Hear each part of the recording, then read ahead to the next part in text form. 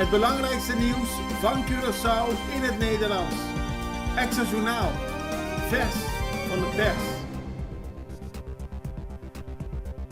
Welkom bij Extra Journaal. Fijn dat u weer kijkt. We hebben het belangrijkste nieuws voor u op een rij gezet.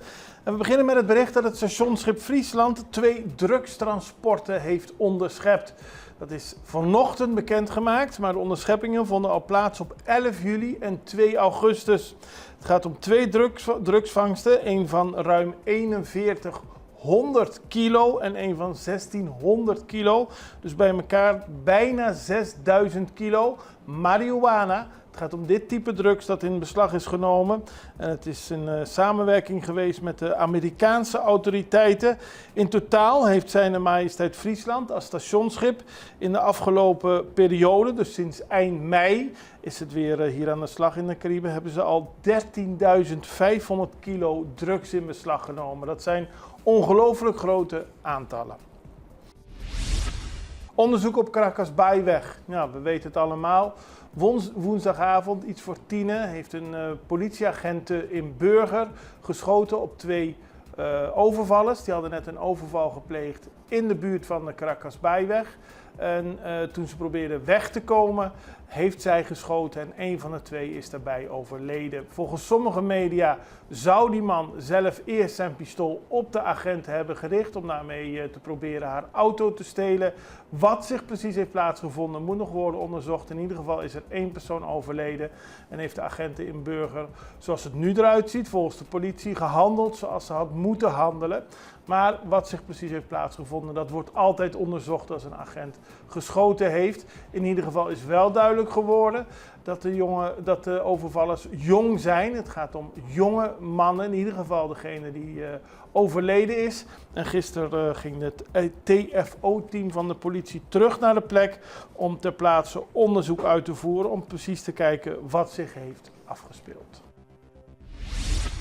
Camelia Reumer maakt zich zorgen. De voormalige minister-president van de Nederlandse Antillen, voormalig minister en huidig parlementariër voor de fractie MAN-PIN, Suzy Camelia Reumer, vraagt aan de huidige minister-president Gilmar Pik-Pisas of het Curaçaose parlement en de bevolking op de hoogte zullen worden gehouden van de veiligheidssituatie. Amerika heeft aangekondigd 3 militaire schepen naar de Caribische Zee te sturen om drugssmokkel aan te pakken. En dat heeft geleid tot spanningen met Venezuela. De regering van Curaçao is deze week door Defensie op de hoogte gebracht van de laatste achtergronden. Nu wil Camelia Reumer op haar beurt informatie van de premier krijgen. Ze vraagt zich ook af of de bevolking zal worden voorbereid in het geval van een militair conflict in de regio. Aantal onderstandsuitkeringen gedaald. Dat is informatie die gehaald is uit het rapport over het financieel beheer van het tweede kwartaal 2025. Het gaat over de inkomsten en uitgaven van de staatskas. Extra heeft dat goed bestudeerd en daaruit kwam naar voren dat de post onderstand en noodvoorzieningen aan het dalen is. En dat heeft te maken door de daling van het aantal onderstandsuitkeringen. De precieze cijfers moeten nog bekend worden gemaakt. Van Heijdorn bezoekt bijzondere scholen. Donderdag was natuurlijk de opening van het nieuwe schooljaar. En zoals we al hadden aangegeven, heeft de minister van Onderwijs Citré van Heijdorn verschillende scholen bezocht, waaronder 2 bijzondere scholen.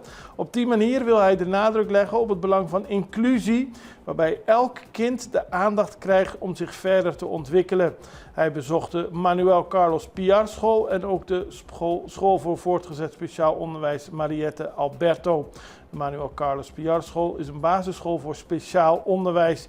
Hij vindt het belangrijk te benadrukken dat de ontwikkeling van elk kind op Curaçao belangrijk is.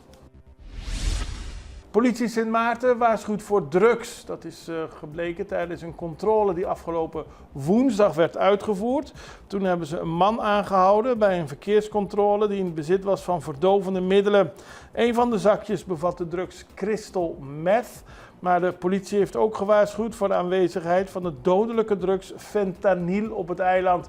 In Amerika zijn heel veel slachtoffers gevallen die zijn overleden na het gebruik van fentanyl.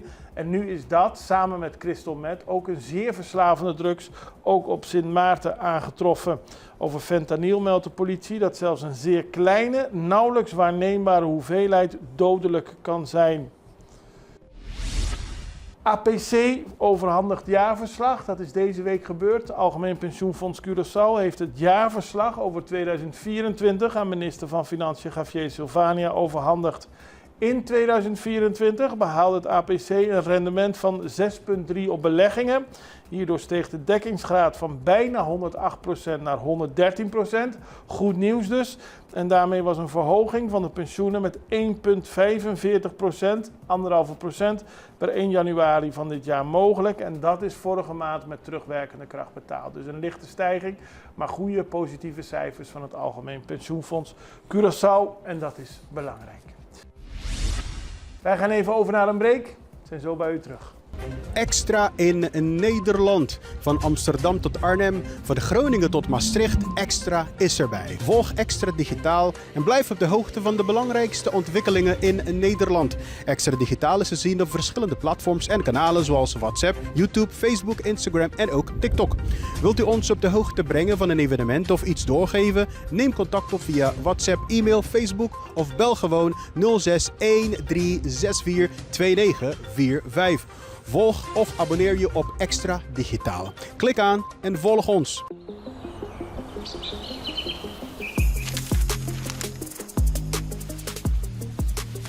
Welkom op Curaçao, een van de mooiste eilanden in de Caribiën. Een ware parel. En het is een eiland waar je van heel veel zaken kunt genieten. Van de natuur, van de zee, van het eten, van de mensen en zoveel meer. Curaçao is een eiland waar heel veel gebeurt op het gebied van politiek, cultuur, sport en zoveel meer. En Extra Journaal brengt het belangrijkste nieuws van Curaçao.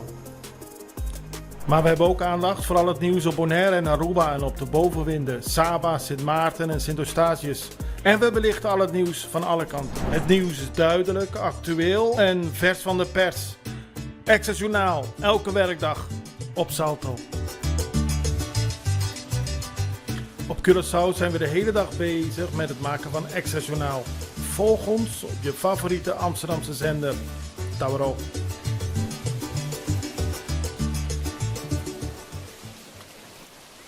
De Eilandsraad van Sint Eustatius heeft het schoolbestuur van de Gwendoline van Putten school naar huis gestuurd. Daar waren al lange tijd problemen, ontevreden docenten. Deze week werd zelfs nog gestaakt door docenten. En nu is er bij een buitengewone vergadering van de Eilandsraad besloten om het schoolbestuur naar huis te sturen. De Eilandsraad nam tijdens de vergadering 1 motie en een raadsbesluit aan die nodig waren om het proces af te ronden.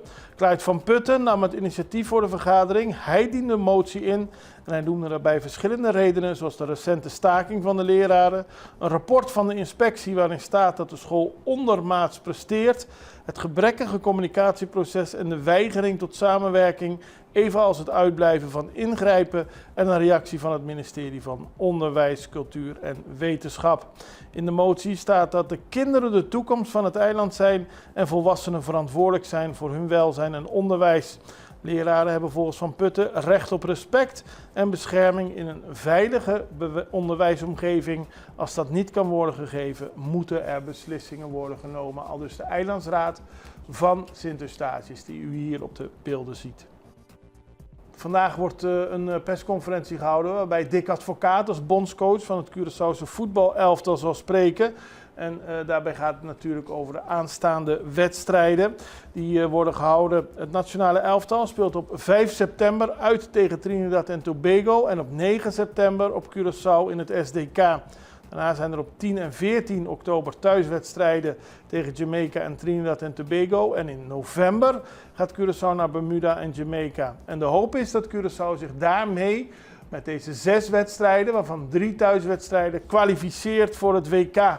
Dat zou uniek zijn voor Curaçao. Het zou ook het kleinste land qua inwoneraantal zijn dat zich kwalificeert voor de WK. En we staan er goed voor, want de Extra heeft gekeken dat sinds het aantreden van Dick Advocaat er maar 2 wedstrijden zijn verloren.